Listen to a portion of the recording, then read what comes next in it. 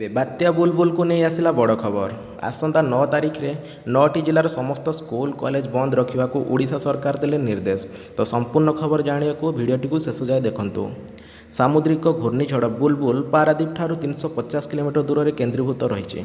पारादीप ठारू 134 किलोमीटर दूरतार बात्या बुलबुल अतिक्रम कर घंटा प्रति 10 किलोमीटर बेगर बांग्लादेश और पश्चिमबंग को मुहाई।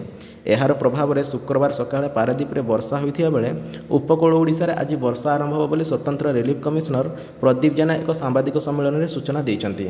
बालेश्वर भद्रक केन्द्रापड़ा जगतसिंहपुर में प्रबल वर्षा होबार संभावना रही बेले मयूरभंज और जाजपुर जिले में मध्यम धरणर वर्षा होब। आज अपराह्न उपकूल ओडिशा समेत केन्द्रापड़ा जगतसिंहपुर बालेश्वर भद्रक में पवनर वेग बढ़ आज घंटा प्रति 65 किलोमीटर एवं आसंता काली 70 ରୁ 80 किलोमीटर वेगर पवन बह।